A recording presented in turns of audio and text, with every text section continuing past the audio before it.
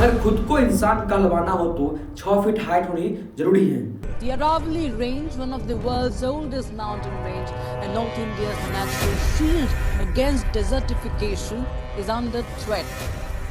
Aravalli mountain range क्या तुम्हारे बाप की है क्या, जो तुम सिर्फ अपने ही एंगल से सोच रहे हो? करोड़ों जानवर, पक्षी, जीव जंतुओं के एंगल से कौन सोचेगा? भाई फिर एंट्री होने वाली है माइनर्स की। वो माइनर्स आएंगे और बची कुची पहाड़ी को खोद कर निचोड़ कर पूरे पत्थर को चूस लेंगे। राजस्थान साइड तो हद ही हो गई है। 128 में से 131 पहाड़ियों को काट कर जमीन में कन्वर्ट कर दी गई है।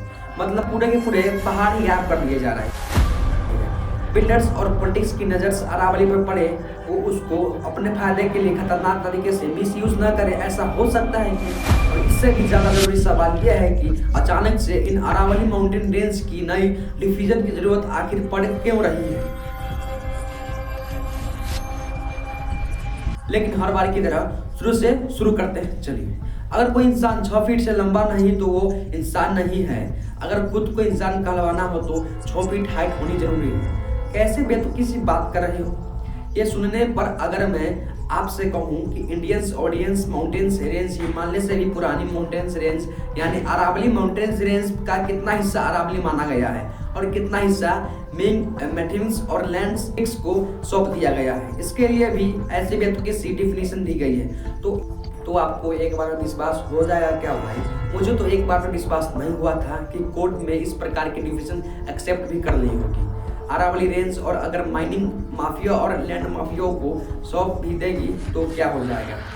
अरे भाई, अगर बिल्डिंग्स बनानी है, डेवलपमेंट करना है तो रेत, मिट्टी, बजरी, कंकड़, पत्थर प्लस कॉपर और मार्बल्स पैकर्स का हिस्से तो लेना पड़ेगा ही। तो अरावली से ले लो, क्या फर्क पड़ता है? सिर्फ बात नहीं, ये बहुत बड़ी बात है। माइनिंग माफिया और लैंड माफियाओं का अगला शिकार अब अरावली रेंज बन गई है। देखो, अरावली रेंज एक एशियन माउंटेन रेंज है जो इंडिया के नॉर्थ वेस्ट हिस्से में है। यह दुनिया की सबसे पुरानी पहाड़ियों में से आता है। इंडिया की ओल्डेस्ट माउंटेन रेंज है और हिमालय पर्वत इसके आगे तो बच्चा पहाड़ है। इसके सामने करोड़ों साल पहले बहुत ऊंचे पहाड़ थे, लेकिन वक्त के साथ बारिश हवा इन्हें घिस घिस कर छोटा कर दिया है। ये रेंज माइनली इंडिया के 4 स्टेट से होकर गुजरती है।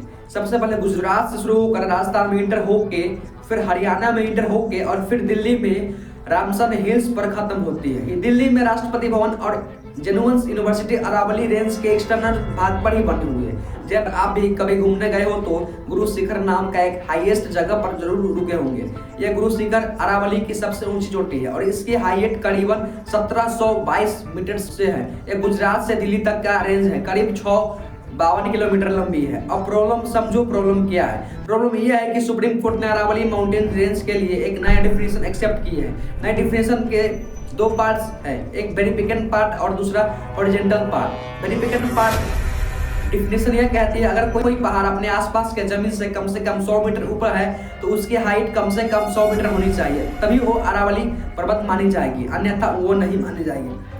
अगर अरावली काउंट नहीं होगी तो फॉरेस्ट कन्वर्जन एक्ट अप्लाई नहीं होगा और अगर फॉरेस्ट एक्ट अप्लाई नहीं होगा तो पहाड़ को काट दिए जाएंगे माफिया द्वारा। तो मैं यही कहना चाहता हूँ कि ये वीडियो भी पूरा नहीं हुआ। आगे की वीडियो को देखने के लिए कमेंट करें और इसी तरह की वीडियो को देखने के लिए इस चैनल को सब्सक्राइब करें। जय हिंद।